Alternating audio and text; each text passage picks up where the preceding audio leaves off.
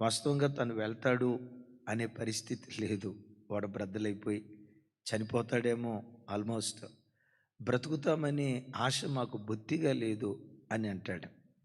అలాంటి స్థితిలో కూడా పౌలా, నువ్వు రోమాలో నిలవబడతావు, కైసరు ఎదుట వాక్యం చెప్తావు, వాగ్దానం చేసిన నమ్మదగిన దేవుడు పౌలును రోమా పట్టణానికి చేర్చాడు.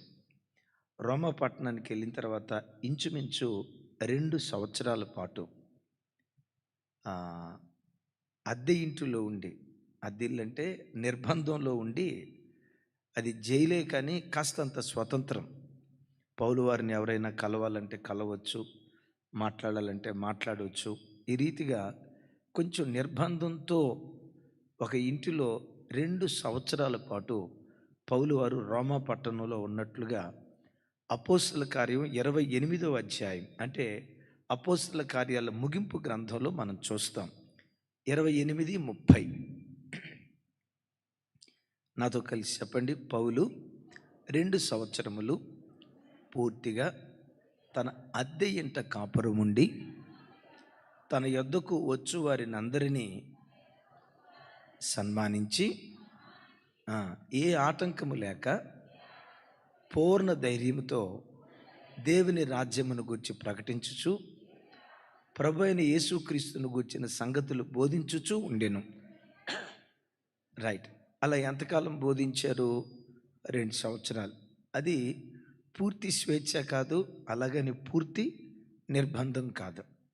ఈ 2 సంవత్సరాలు అయిన తర్వాత చరిత్రకారులు చెప్తారు, ఇది బైబిల్లో రాయబడలేదు, పౌలు వారు కాస్త విడుదల పొంది రోమా, స్పెయిన్, ఆ చుట్టూతో ఉన్న కొన్ని ప్రాంతాల్లో దేవుని వాక్యాన్ని ప్రకటించారని, అగైన్ రెండవసారి మరలా అరెస్ట్ చేయబడ్డారని, ఈసారి కఠిన కారాగార శిక్ష పౌలు వారు అనుభవిస్తూ, సరిగ్గా దినాల్లో నీరో చక్రవర్తి, రోమా సామ్రాజ్యాన్ని పరిపాలన చేస్తున్న నీరో చక్రవర్తి రోమా పట్టణాన్ని మరలా అద్భుతంగా కట్టాలి.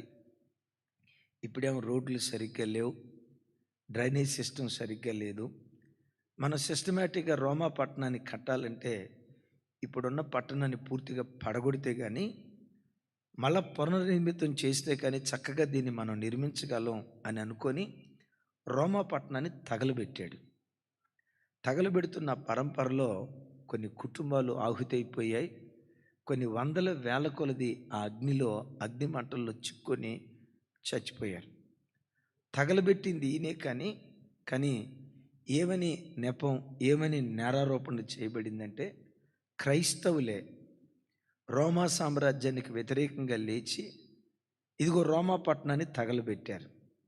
చెప్పండి, రోమా పట్టణాన్ని తగలబెట్టింది ఎవరు? నీరో చక్రవర్తి. కానీ ఎవరి మీద నేరం మోపారు? క్రైస్తవుల మీద నేరం మోపారు. ఆది నుండి క్రైస్తవ్యం చేయని తప్పుకు నేరాన్ని భరిస్తూనే ఉంది.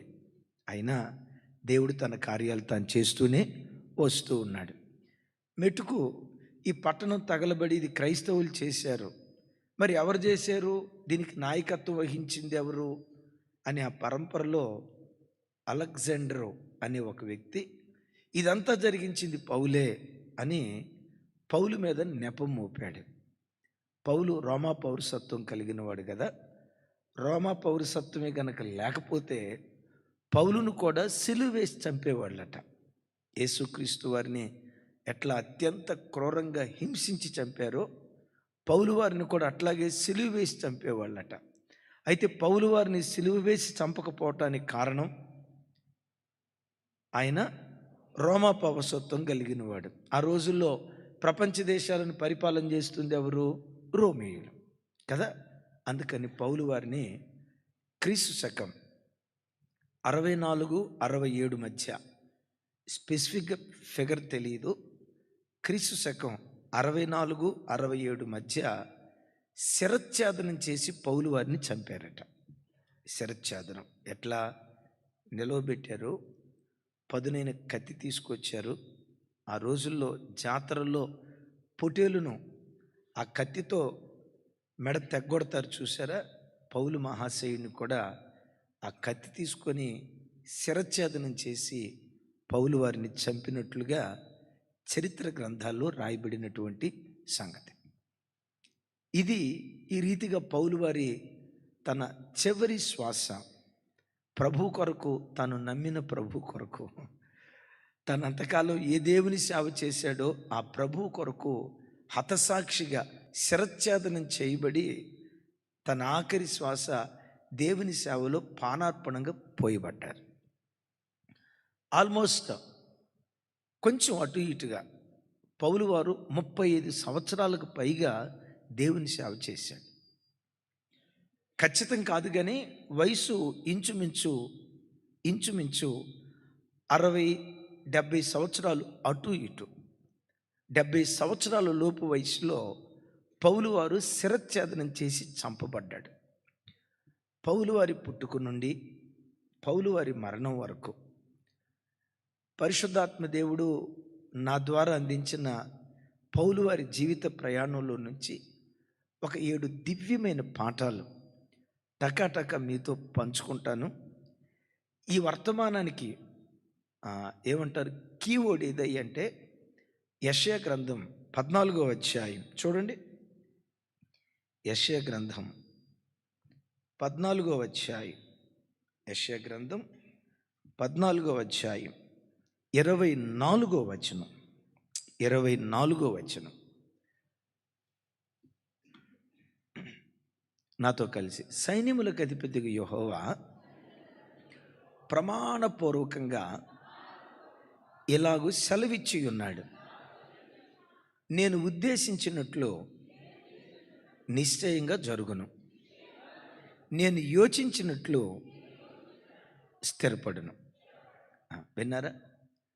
ఒక వ్యక్తి పట్ల దేవునికున్న నిత్య సంకల్పాన్ని ఎవ్వడూ రద్దు చేయలేడు.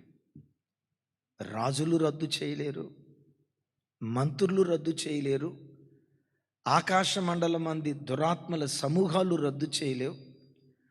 ఒక వ్యక్తి పట్ల దేవుడు ఒకటి ఉద్దేశించాడంటే ఆ వ్యక్తి పట్ల దేవునికున్న నిత్య సంకల్పాన్ని, ఆ నిత్య ఉద్దేశాన్ని ప్రపంచంలో ఎవ్వడూ రద్దు చేయలేడు. కొసమెరుపు వాడు తనంతట తాను రద్దు చేసుకుంటే తప్ప. ఆది కాండం నుంచి ప్రకటన గ్రంథం వరకు దేవుడు ఒక్కొక్క వ్యక్తి పట్ల ఒక్కొక్క ఉద్దేశాన్ని కలిగి ఉన్నాడు. దేవుడు కలిగిన ఉద్దేశాన్ని మనుషులు చెరపాలని ప్రయత్నం చేశారు. చెరపాలని ప్రయత్నం చేసిన మనుషులు ఓడిపోయారు. ఆ వ్యక్తుల మీద దేవుని నిత్య సంకల్పం తూచా తప్పకుండా జరిగింది. యోసేపు చిన్నపిల్లోడుగా ఉన్నప్పుడు దేవుడు ఉద్దేశాన్ని బయలుపరిచాడు కదా. ఏమని? నీ పన లేచి నిలవబడుతుంది, 11 పనులు నీ ఎదుట సాగిలు పడతాయి అంటే దేవుడు తన ఉద్దేశాన్ని యోసేపు పట్ల రివీల్ చేశాడు. ముగింపుకు వచ్చేసరికి యోసేపు పట్ల దేవుని ఉద్దేశం నెరవేర్చబడిందా? అన్నల ఉద్దేశం నెరవేర్చబడిందా? పోతీఫర్ భార్య ఉద్దేశం నెరవేర్చబడిందా? దేవుని ఉద్దేశం నెరవేర్చబడిందా? ఎట్లా చిట్ట చివరకు వచ్చేసరికి దేవుడు ఏది ఉద్దేశించాడో అదే యోసేపు పట్ల దేవుడు నెరవేర్చాడు. దైవజనమ, వాక్యం బోధిస్తున్న నా విషయంలో కానీ, ఈ వాక్యం వింటున్న నీ విషయంలో కానీ, నీ మీద దేవునికి కొన్ని ఉద్దేశాలు, కొన్ని సంకల్పాలు ఉన్నాయి. ఆ సంకల్పం నెరవేర్చబడే పరంపరలో కొన్ని వంకలు, కొన్ని మెలికలు, మనకు తెలియని అగమ్య గోచరపు దారి గుండా దేవుడు నడిపిస్తాడు. నా జీవితంలో ఏం జరుగుతుంది అర్థం కాదు. ఒక మాటలో చెప్పాలంటే గజిబిజి గందరగోళంగా ఉన్నట్లు అనిపిస్తుంది. అందుకని కీర్తనలో ఒక మాట రాసింది, నీ మార్గము సముద్రములో ఉండెను అనండి. సముద్రంలో మార్గం ఉంటుందా? సూచన మొఖాల్లాగే చూస్తున్నారు నా వైపు. సముద్రంలో మార్గం ఉంటుందా? అంత గజిబిజి. ఈ రూట్ మ్యాప్ లేకపోతే, ఈ గూగుల్ మ్యాప్ లేకపోతే, దిక్సూచి లేకపోతే తూర్పేటో పడవరేటో తెలియదు. సముద్రంలో మార్గం మనకు తెలియదు. దేవుడు కూడా నిన్ను నడిపించే మార్గం నీకు అర్థం కాదు, నాకు అర్థం కాదు.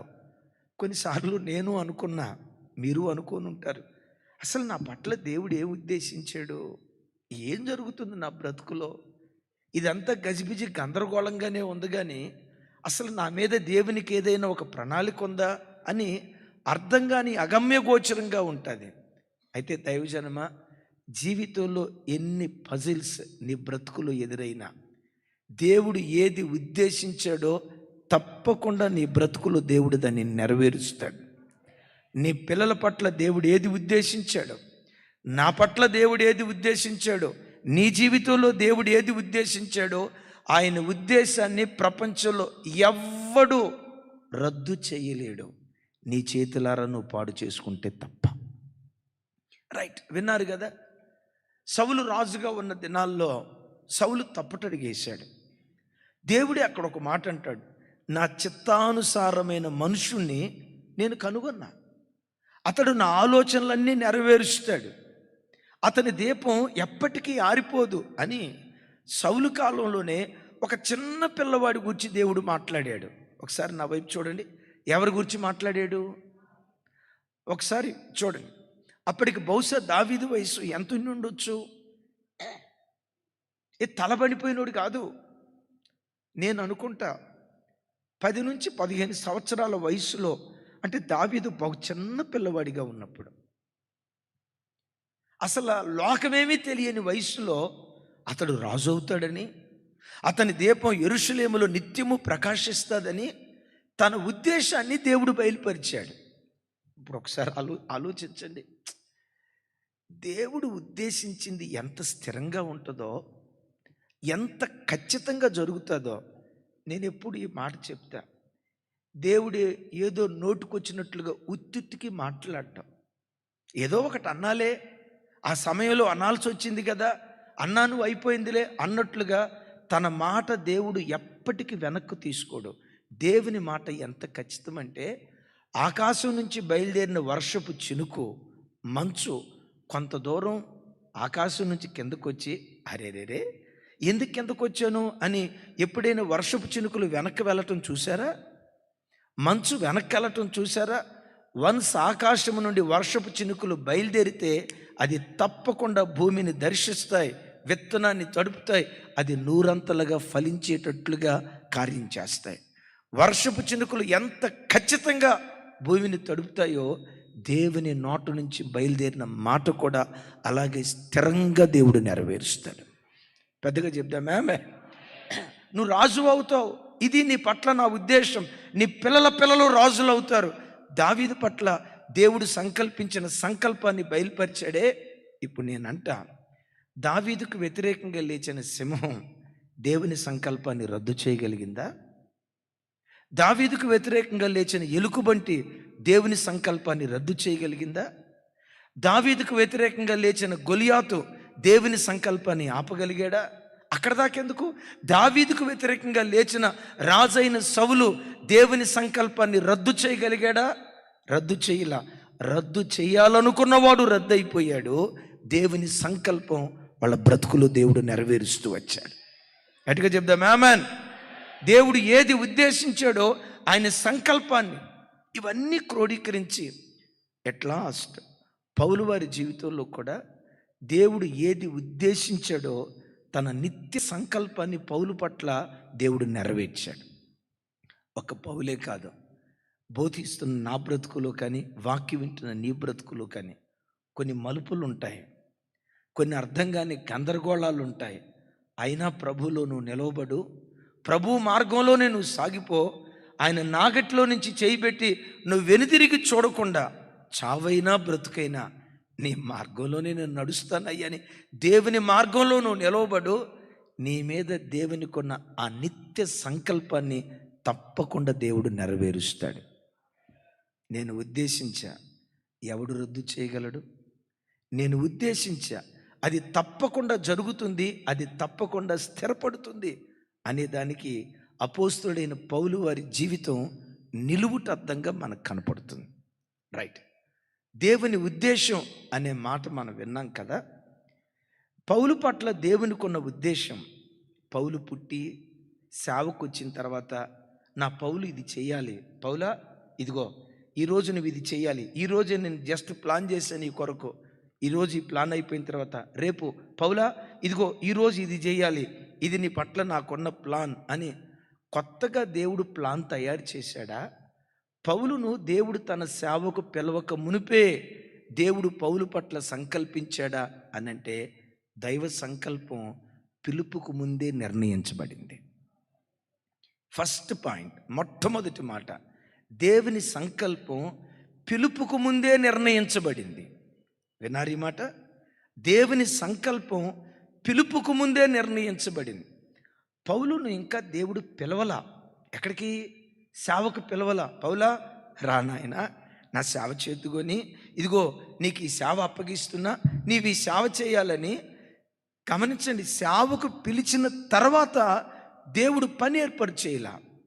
బైబిల్లో గలతీ పత్రికలు పౌలు గారే మాట్లాడుతూ ఇలా అంటాడు. గలతీలకు రాసిన పత్రిక మొదటి అధ్యాయం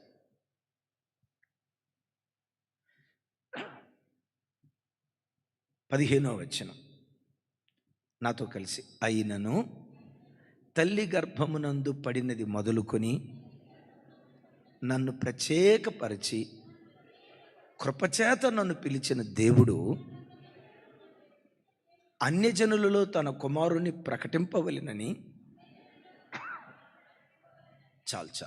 మరొకసారి చూడండి నాతో కలిసి, అయినను తల్లి గర్భమునందు పడినది మొదలుకొని నన్ను ప్రత్యేకపరిచి తన కృపచేత నన్ను పిలిచి. పిలుపు ముందా, ఏర్పాటు ముందా? నా మాట అర్థం కాలేదా? పిలుపు ముందా, ఏర్పాటు ముందా? ఎప్పుడు ఏర్పరచుకున్నాడట? ఎప్పుడు ప్రత్యేకపరుచుకున్నాడట?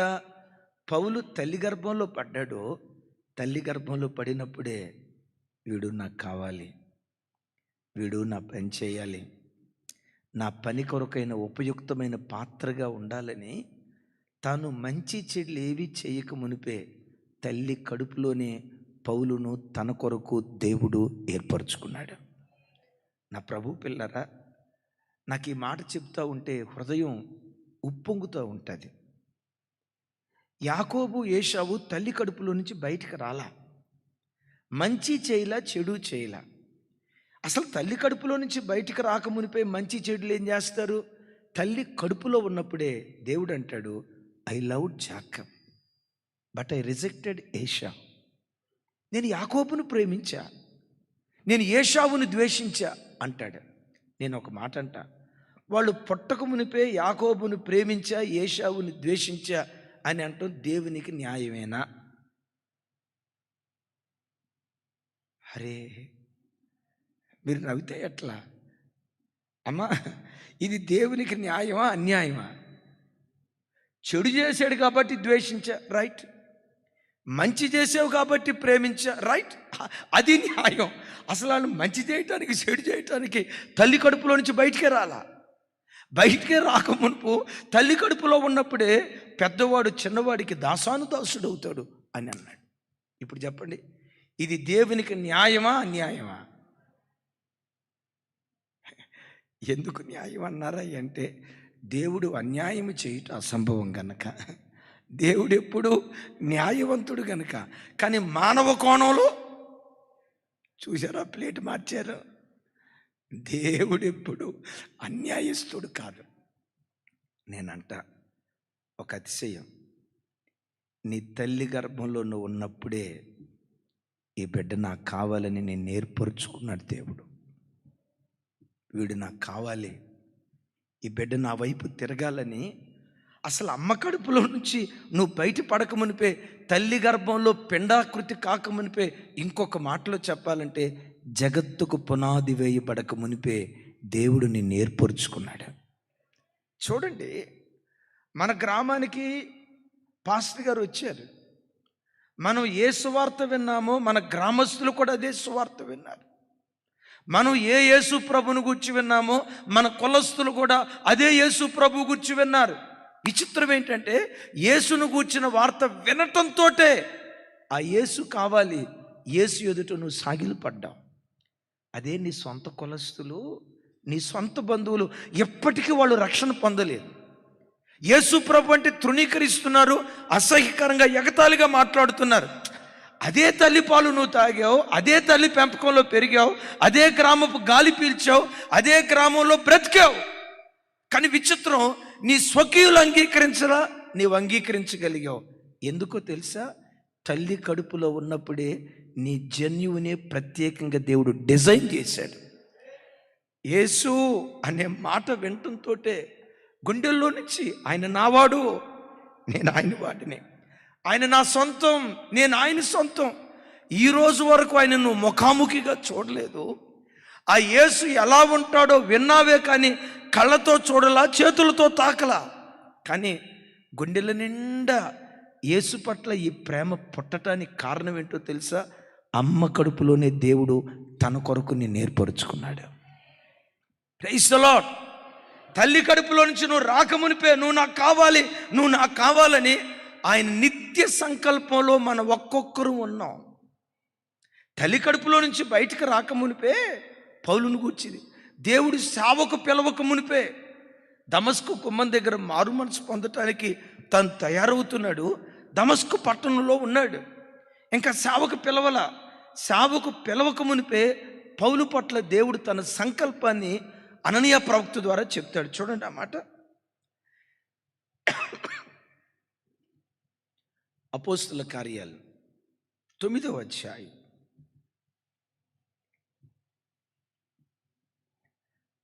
15వ వచనం. నాతో కలిసి, అందుకు ప్రభువు, నీవు వెళ్ళుము, అన్యజనుల ఎదుటను రాజుల ఎదుటను ఇశ్రాయేలీల ఎదుటను నా నామమును భరించుటకు ఇతడు నేను ఏర్పరచుకున్న సాధనమై ఉన్నాడు. పౌలుని ఇంకా పిలవల సేవకి.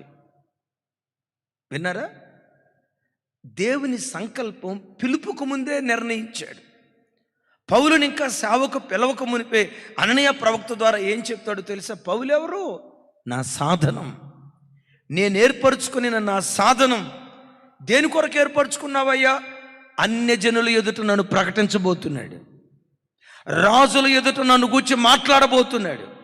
అంత మాత్రమే కాదు, యావత్ ఇశ్రాయేలు ప్రజలకు నేనే మెస్సయానని నన్ను గూర్చిన వార్త తెలియచేయబోతున్నాడు. ఇతడు నేను ఏర్పరచుకున్న సాధనం. ఈ సాధనానికి నేను ఈ పని ఏర్పరిచా. సెల్ ఫోన్ తయారు చేసినప్పుడే సెల్ ఫోన్కి పని ఉంటుందా ఉండదా? సెల్ ఫోన్ తయారు చేసినప్పటికే సెల్ ఫోన్కు పని కూడా నిర్ణయించబడింది. ఏ పని? ఫోన్ మాట్లాడటం, యూట్యూబ్ చూడటం, వాట్సాప్ స్టేటస్లు షేర్ చేయటం. అంటే ఒక వస్తువు తయారు చేయబడినప్పుడే పని నిర్ణయించినట్లుగా నీవు పుట్టినప్పుడే నీ కొరకు ఒక ప్రత్యేకమైన పని దేవుడు నిర్ణయించాడు.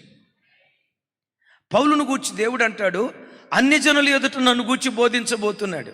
ఒకసారి నా వైపు చూసి సమాధానం చెప్పండి. అన్యజనుల ఎదుట నన్ను గూర్చి బోధించబోతున్నాడు అని దేవుని ఉద్దేశాన్ని దేవుడు బయలుపరిచాడు కదా. మరి పౌలు అన్యజనుల ఎదుట యేసుక్రీస్తును బోధించాడా లేదా? రాజుల ఎదుట యేసుక్రీస్తును మాట్లాడాడా లేదా?